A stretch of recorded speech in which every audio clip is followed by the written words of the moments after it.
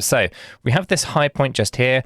This is 27,982 at 27. So I'm going to have to adjust our fib here, and I can't use a trend-based fib or anything else. I have to use just the fib tool, because that is what Elliott wave theory is designed to be measured against, and it's 27,982.23. It's all about the fib levels and the relationships of the fib levels between the distances between certain structures. So I have to move the fib essentially. Now, when I measure that, we kind of see here, we put it onto the top here. This is BR wave 2. This basically means that we hit that 1 to the 1.236. That's where we are at the moment.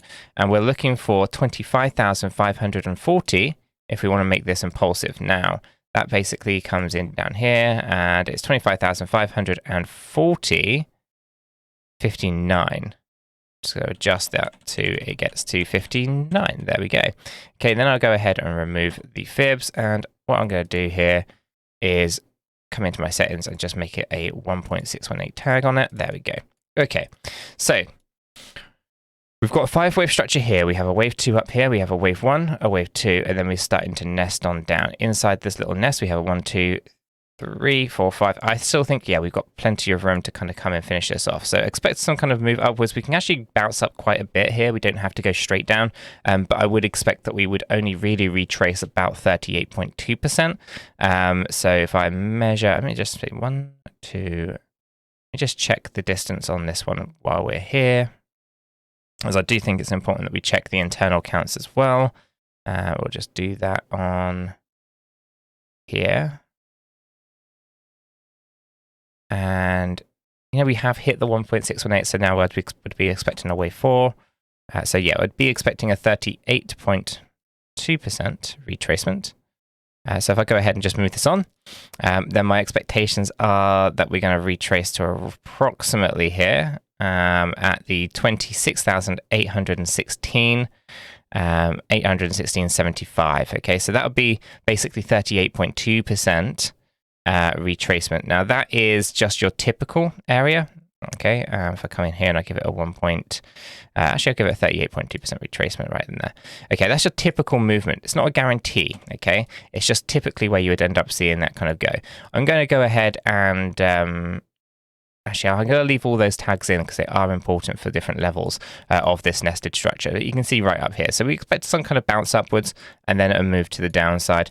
And if we hit that from the low side to the 38.2% retracement, we're still going to fall short. So we have to have an overextension somewhere. It's going to be interesting to kind of see how we're going to get to the 25,540, because it does look like it's going to be a bit of a struggle.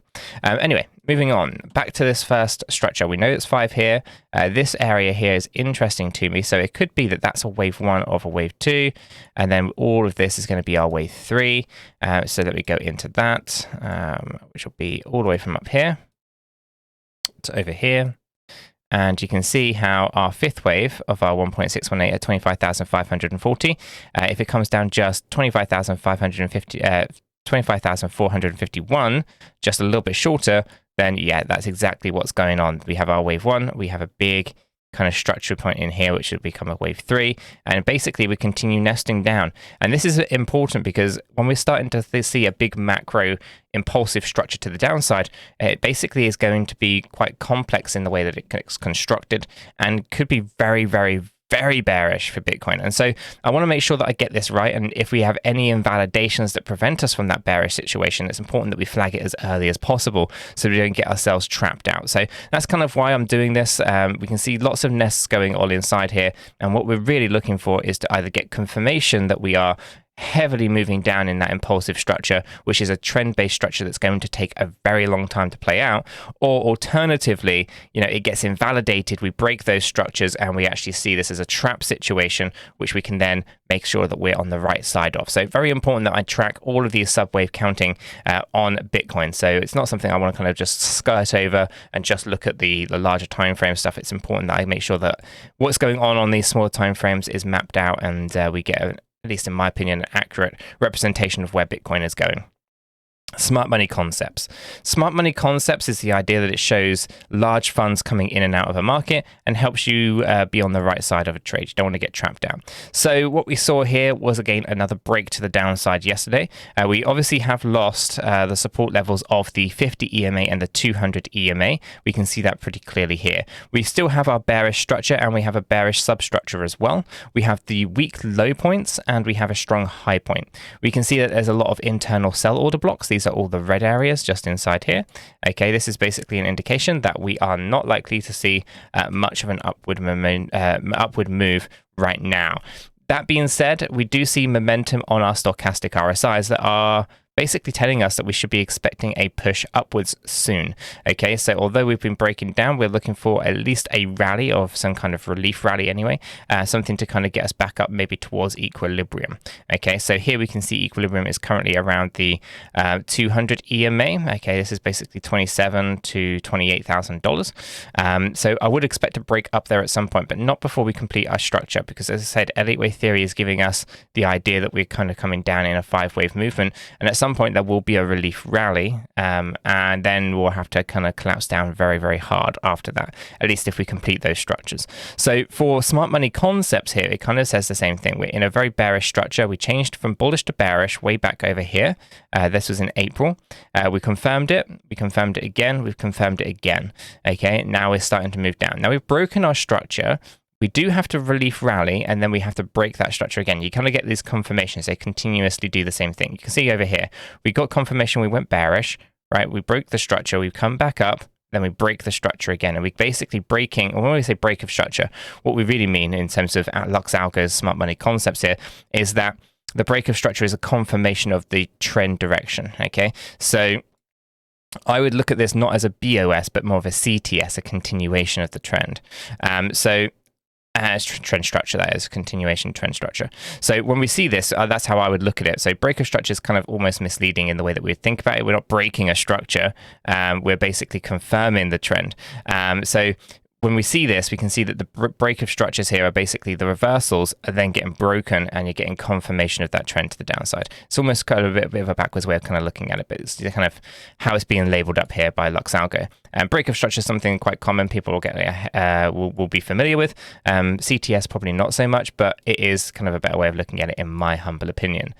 So at least it kind of removes any of those confusions anyway.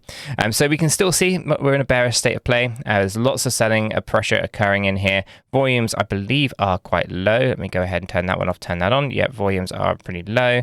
And the RSI is down in the oversold area, but again, isn't an indication of much at the moment. So I expect a relief rally. I think that's essentially what we are going to be looking for. I just don't think it's going to happen just yet. We're close to it. I would expect us to kind of maybe hit that 25 and then get the relief rally. We might actually just end up pushing to that 38.2%, dropping down to 25, and then getting a bigger relief rally. That could be pretty significant. We're going to be pushing back up to those areas before coming down, hitting 24.8, and then having another relief rally. I think we're going to see a lot of volatility within Bitcoin's price action. Essentially, I'm not expecting this to be an easy ride, considering the structures that are emerging here. They could either be double zigzags, triple zigzags, or impulsive structures at this point. So we want to be really, really cautious over where we kind of, say the market is going. So track it all. It looks like we have to have a lot of relief rallies, but also a lot of movements to the downside. Expect volatility, expect liquidity grabs, expect liquidations, and all those kind of things that are associated with leverage trading. Other than that, guys, I think I'm going to leave this one there. If you found it useful and informative, smash the like button. I do appreciate that. If you are new to the channel, then why not go ahead and subscribe, tap the bell, select all the notifications, and in doing so, you will be able to be kept up to date with everything that we do here at Cheeky Crypto. With all that said, done out of the way, I hope everyone has a fantastic day, and I'll catch you all in the next one. We are not financial advisors. None of what we have communicated verbally or in writing here should be considered as financial advice. It is not. Do your own research before investing in any digital asset or affiliate offers, and understand that investing in any crypto is risky. If you do, you need to be prepared to lose your entire investment. This video is for information and entertainment purposes only. All our videos are strictly personal opinions. Please make sure you do your own research and never take our opinions for financial guidance. There are multiple strategies, and not all strategies fit all people. Our videos are not financial advice.